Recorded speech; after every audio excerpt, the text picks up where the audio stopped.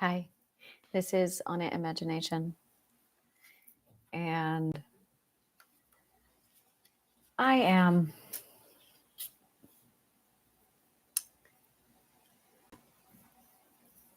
reversing the way I do things. I had a video I did yesterday where I was talking about no longer going into the material to talk to you over there because that's not good for me. And I'm just going to explain to you what it's like being in the abstract. There's no time. That's the first thing. There's no time. There's no time at all. The only time is literally the sun going up and the sun coming down. It's like camping without clocks or technology at all. And the only thing that really tells you what needs to get done is your circadian rhythm, which is literally your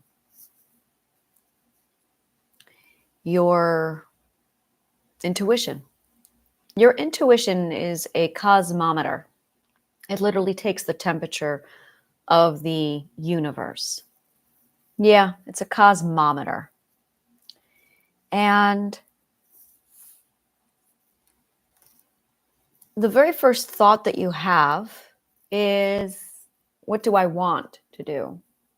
It's never anything else. There's no other question that ever enters into the mind. It's, what do I want to do? And then you do it. Yeah, that's it. And I wake up, I stretch, I have my coffee, and I think.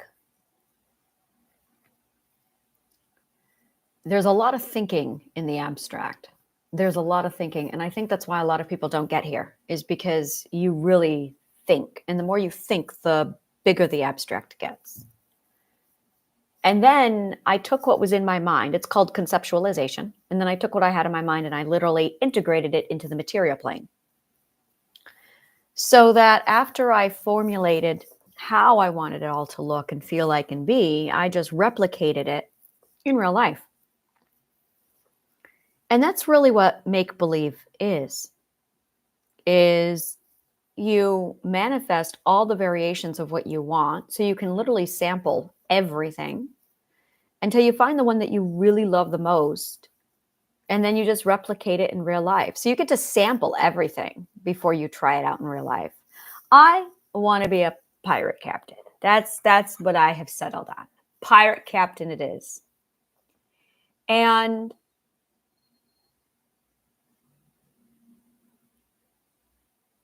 the word reality is often confused with materialized. And this is a big fault, because concept is also real. And imagination is real, and story is real, but in metaphor. So there's a lot of people who don't know what reality actually means. And then there's fiction, which is actually metaphor and allegory that authors have lied about and disguised as fiction, so that when the abusers accuse them of something horrible, they can say, it's fiction. What are you getting upset about? So fiction is an author's way of turning the tables on the abuser and gaslighting the abuser. I love it. I don't know what you're upset about. It's just fiction. So, and that's it, is when you become an author, you realize, oh, there is no such thing as fiction. Every story you read did take place in a literal sense in the author's life. They just transferred it over into metaphor. And sometimes they'll piecemeal it together, but it's absolutely 100% from the author. So it's literally author soup. Author soup.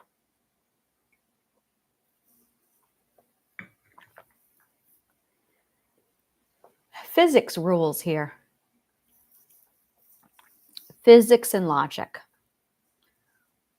Logic tells you the order of operations. It tells you truth. It tells you everything. The physics tells you the rules in which the logic must apply. So everything is logic and physics over here. which is exactly what the universe is, which is exactly what your cosmometer is. So, your imagination is this giant projector screen, and you can read a book and it will just go alight. You can watch a movie and the projection is done for you, which really annoys me, like, really annoys me. But then when you can generate your own projection through story, that's when it gets real fun. A lot of people struggle with the skill. And this is very different for me because that's really foreign to me. When I meet somebody who doesn't know how to make believe, and when I start them off into an adventure, and I run into this with D&D as well. Like, as an imaginary friend, this is a real, like, and I can see it. And it's like, you guys need make believe lessons. You guys need make believe lessons. So I've been thinking about that. How do you So here's what I do. I literally go out with as weird and as absolute opposite as weird as it can get. I have the probability drive, basically. The probability drive is from Douglas Adams' Hitchhiker's Guide to the Galaxy, and you hook it up to your brain. And yeah, you hook it up to your brain. Like, I got it sitting here and I'm just going to hook it up to my brain. I put the probability. And if it's highest in probability, then I do it. So, and it's amazing because the imagination will grow only as large as you think you are. That is an interesting fact about the subconscious mind. This is fascinating. And I could feel mine felt like a prison. Like, it felt like it was imprisoned. Like, I could feel it like pushing on the walls. And I'm like, I got to get out of here. I got to get out of here. And my freedom was actually my imagination needing to expand all out. And this is the other thing. A person's wealth is measured by their imagination. So I'll talk to somebody and they're like, oh, I don't want to be a millionaire. And they have very small imaginations and they're in this little box. People who say they want to be millionaires are in this box. People who want to be billionaires are in this box. And it's because the wealth has to match their imagination and their dreams. And the people who think this small and this small can't possibly imagine dreams being that big. Fascinating to me. And I have billionaire sized dreams, like massive, massive dreams. I want sky's the limit, like all like out there. And in order to make that happen, I've got to have the money to back it up. So I'm sitting here like, okay, this is my imagination size. Now, how much is this going to cost me? Billions? Okay. And then I talk to people and it's night and day. The last time I had a conversation with someone, this was like literally the last time I went out and I'm like, I'm done with this place.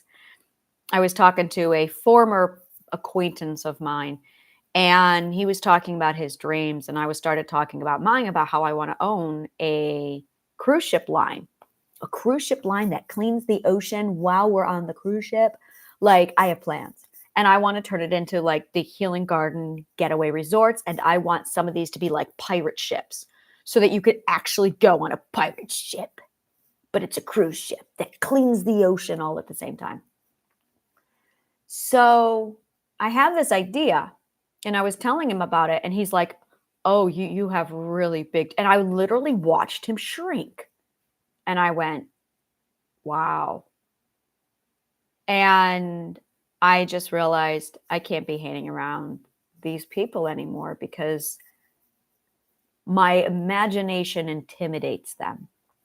And that's it. I want to talk about intimidation because intimidation is when you're like, and that's it right there, is you'll have people who grow this big and then people will shrink around them and then they'll go, oh, I got to shrink up because they're all shrinking. I had that for a long time. And because it's self-preservation. Oh, I don't want you to shrink. So then you shrink yourself to protect them. It's not healthy. And then I realized if I'm going to expand out without worry about intimidating other people, I need to make sure I'm around people who can't be intimidated. I got that out there. Took me a while, but intimidated. So I did it.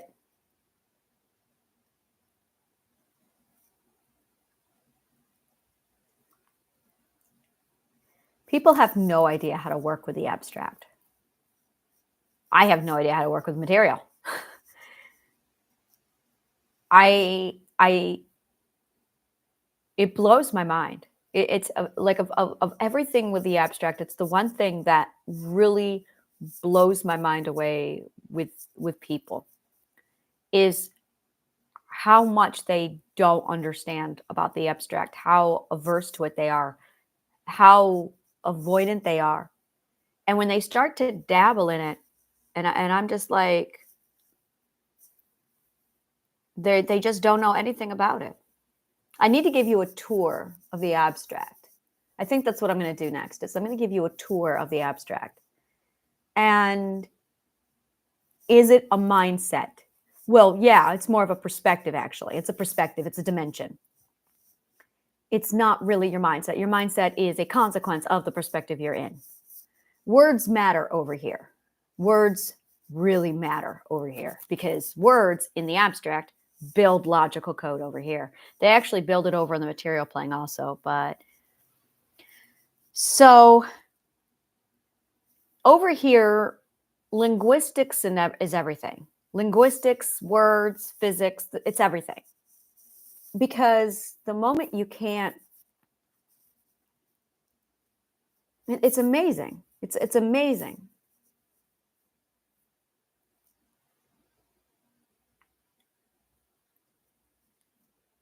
And I'm looking at diagrams in science, drawings and things. And the one thing that I see over and over again is this is an abstract of a concept.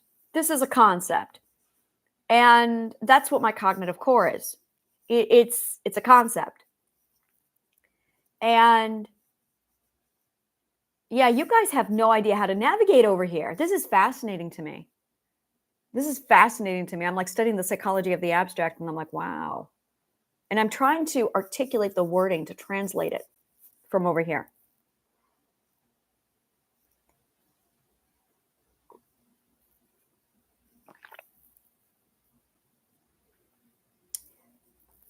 Conceptualization in the abstract is equivalent to a fertilized egg in a pregnancy.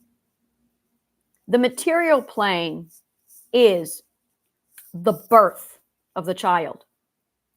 So to say the abstract doesn't exist is like saying the 10 months of pregnancy prior to birth doesn't exist. That's what it is. And mental illness comes from the death of dreams, from the interruption or the abortion of a dream process. It's called dream fertilization. You need those. So I'm looking at all of this and it's fascinating to me. I'm like, wow.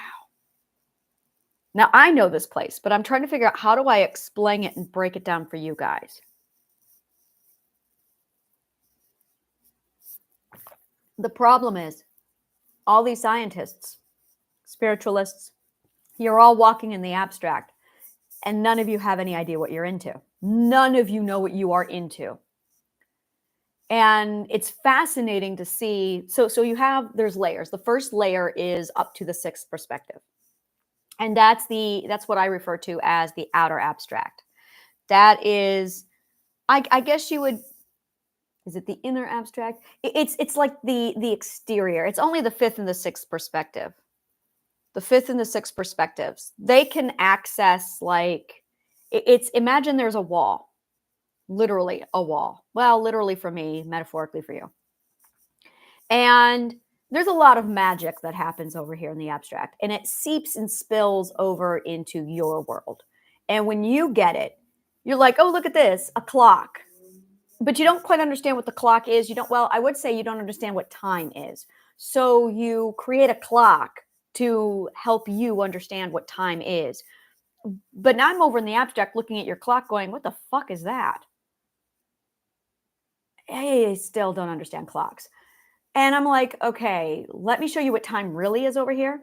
And I can break down what time is over here. And then looking at what you've done with the clock, I'm going, there's simplification, and then there's simplifying it to the point of deterioration. The clock is a simplification of time to the point of deterioration. And I'm like, okay, that is not at all what time is. Not even close. It's a location. Time is a location. What you've got over there, I have no idea what that is. That is tracking the mathematical universal clock, but a fraction of it. But why you would want to do that is beyond me. That is something I just don't understand. So time over here is a location. It depends on where you are in the abstract. So, and that's it. And you're all at different locations. So where I am in the abstract is one time. Where you guys are is going to be a different time. So it's all over the place. And time is a dimension. So, but it's literally a progression. It's an order of operations. You can't just go from point A to point Z. You have to pass through A to B to C to D. And that's exactly it. And how fast you go through time over here is going to determine on a lot of different factors. But before you even open that 6th, 7th ethical perspective door, you're not even in the abstract. You are dabbling with all of the overflow in the 6th perspective. And that's where a lot of people are, is they're in the overflow and they're like, oh, wow, look at all this stuff. And I'm like, yeah, no, you guys are just in the overflow. You haven't even opened the door yet. And then you open the door and then you can see, oh, I'm on the inside of the abstract. So then there's being on the inside of the abstract, but you're just in the door. And then you've got 4 levels, which is just the door. And then you get into the deep abstract. The deep abstract is where I live.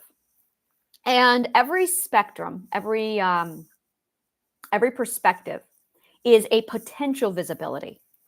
And this is where a lot of people really mess this up. It's potential visibility. So when you are in a perspective, you have X amount of information available to you. Now, whether or not you actually see it, that's up to you. A lot of people don't see it. A lot of people miss this. So they'll get into a certain perspective and they have blinders on. So they only see a couple things, which is why they're not moving to the next perspective, is because they're not getting all the components. You have to find all the components in your visible perspective, integrate them to go on to the next.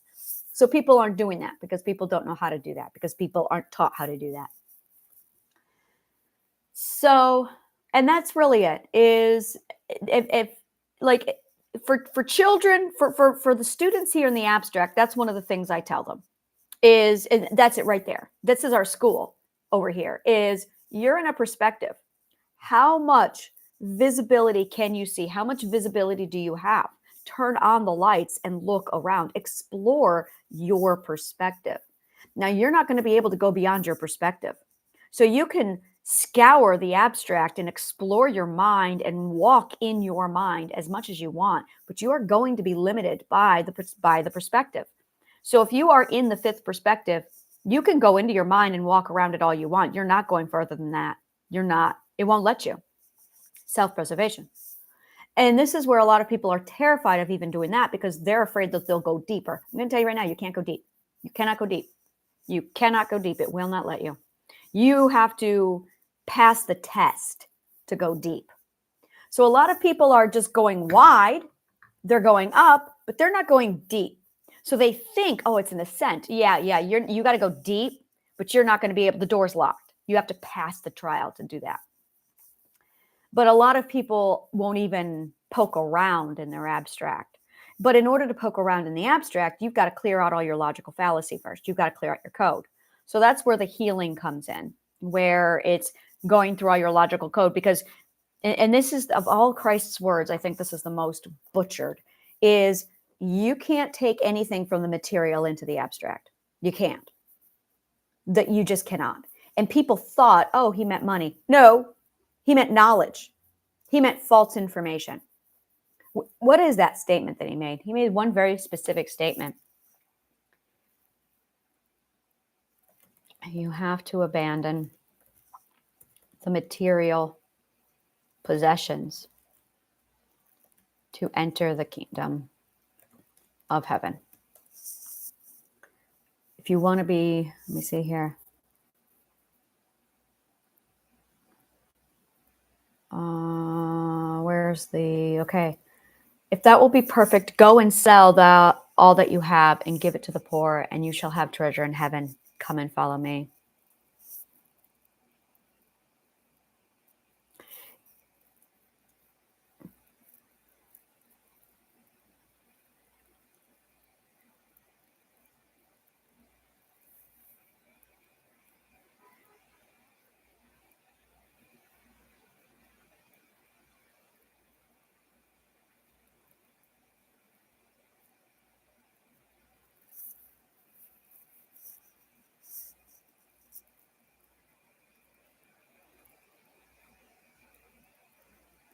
I love reading the different translations by all the different disciples to see how they interpreted his words, because inconsistency there is truth. And I'm like, okay, that is not what he said according to Luke. That's what he said according to Matthew.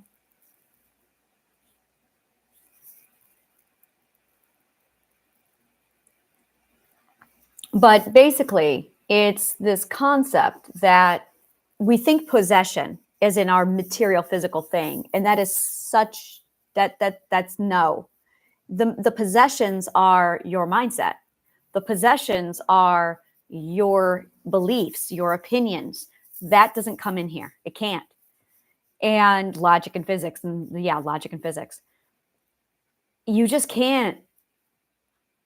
And here's the thing is, this is why you can't. Because literally every perspective is made up of logical code. That's why you can't, because every perspective is made up of logical code. So you have to have the very intricate, precise logical code in the right order of operations in order to progress from perspective to perspective, which means if you have impure logical code, you can't make it here. You just can't. And in order to pass, one of the trials is cleaning out your logical code. You get to the next stage, and then you got to clean out more logical code. And it's literally a purification process of logical code as you descend into the self, so that by the time you get to the point of comprehension, you are purified of logical fallacy. And now you can tell right from wrong. Now you can tell ethics. Now you can tell lie from truth. And it's all because you have gone through the stages of purifying your logical code. And that's literally all it is a purification of your logical code. So people come to the sixth ethic, and the chakras is a great example of this. And they're like, okay, I'm going to go further, but they don't. They get stuck there because they're holding onto their chakras. Chakras do not belong here. It's bullshit. People don't want to hear it, but it's bullshit.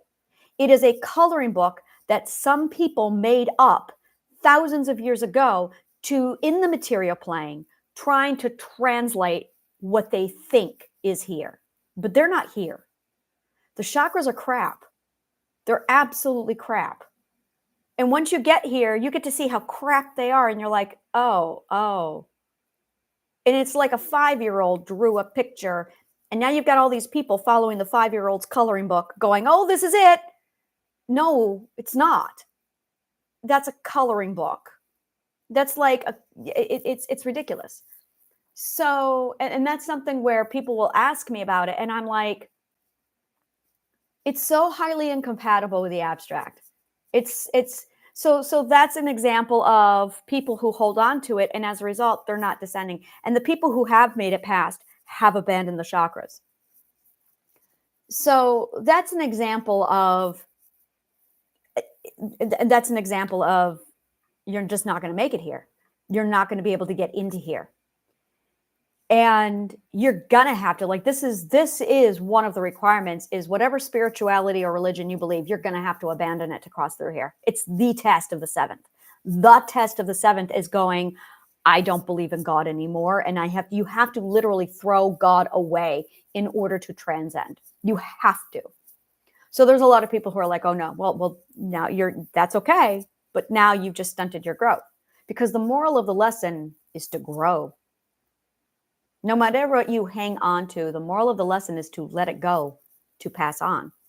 But people don't. You have to be unattached to everything. Now, you've heard this before. This is common. You have to not attach yourself, but you'd be amazed what people attach themselves to. People attach themselves to opinions, to beliefs. About the only thing that you can hold on to that can make it through is Mother Nature. She's the only thing that can make it through. But people have a belief on what she looks like. And as soon as you start down that route, you're going to be cut off. So it's really fascinating to see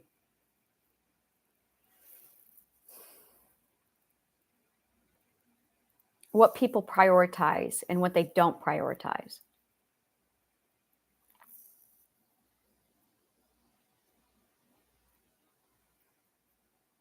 And that's it really is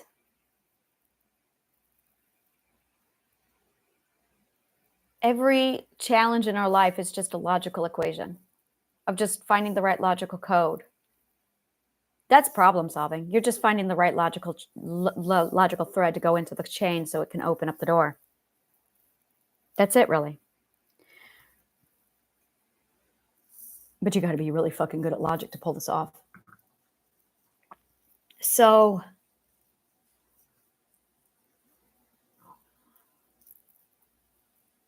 I am still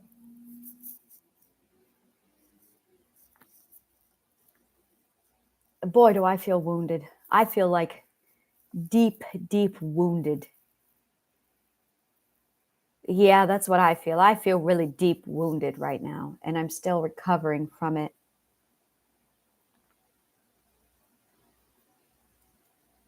I feel like I've been living in a cave for the last 4 days. My dragon and me, and we're just licking my wounds.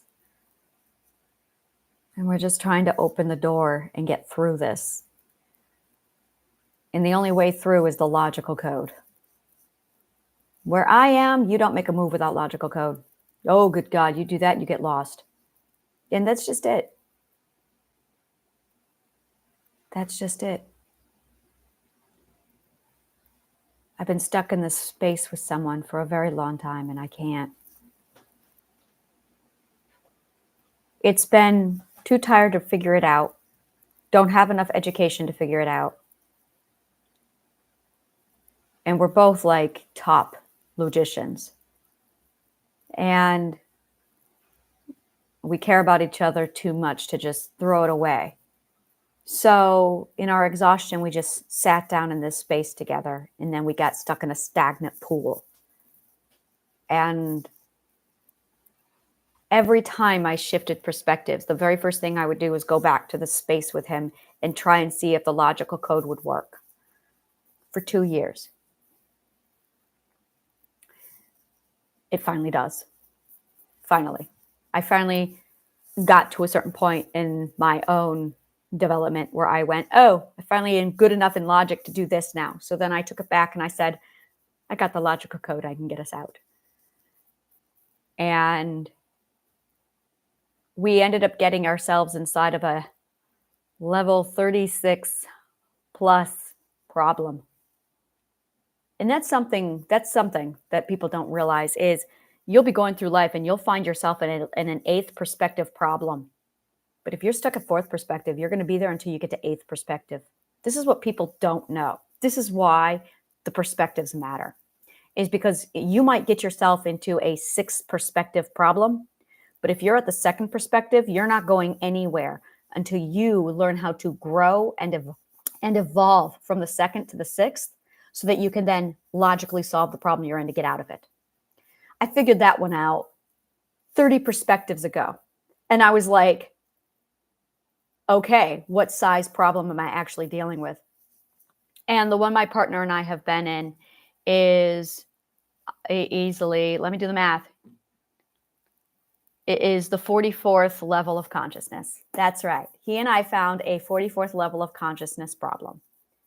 And it's not until now that I finally have the keys and the logical code. And I'm walking back going, I know how to get us out of here. It only took 44 levels of consciousness, but I figured out a way to get us out of here. And the more logical you are, the more you can put yourself into a riddle or a puzzle. I figured it out, though. I figured it out. And here's the thing is I was back in 6th perspective when he was at 44th perspective. So he got into the situation and I'm sitting here like catching up to him. And then I surpassed him barely. He's still better at logic than I am. See, and that's what I can't figure. No, he's right here with me. He's right here with me. But it took the two of us with our logic combined to do this. And it's like, wow. It took 2 logicians at level 44 to figure out this puzzle. And we're finally sorting out the logic, and we finally have the logic to sort it out. And it's like, this was fucking intense. But we fell in here in September of 2022. And that's what my cave is it's been highly intense logical code for the last 4 days, like fucking intense logical code. Yeah. Yeah. Okay. All right. All right. I know the path. I know the path now. Good fucking God, was this hard? But I got this now. All right. See, in my world, and this is the abstract, is everything is literally just a logical thread. And either you've got a properly woven logical thread or you don't. And if you don't, you're going to have problems. But if you don't know logic, you can't see the thread. So you have an invisible problem in your way. And this is where a lot of people are like, I don't know what's going on. I can't fix my problem. Well, that's because you can't read the logic. Once you learn how to read logic, you can see the logical blanket in front of you. And then you can go, oh, there's the problem. Oh, I just need to fix that right over there. It's literally as simple as knitting. But you got to know the logic to see it. Then that's really it. It's as simple as knitting. It's beautiful. It's so funny because when I knit at night, my daughter sees me and she's like, do you see geometry in that? I see geometry in this. She's like, well, what do you do? I am sorting the string into geometric shapes. Every stitch is a geometric stitch. I am making geometry.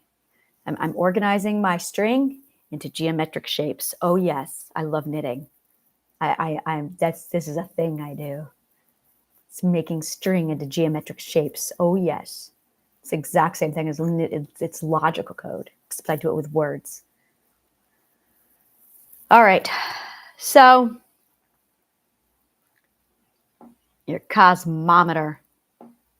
Yeah, I'm going to talk to you more about your cosmometer and how it works over here. I'm still trying to figure out if your cosmometer is an appendage of the universe or if it is like I feel like it's an appendage of the universe. I feel like your intuition is an appendage of the universe. So it's like you're holding onto the finger of the universe and it's telling you which way to move. That's what it feels like to me. All right. Well, thank you so much. May the kindest of words always find you.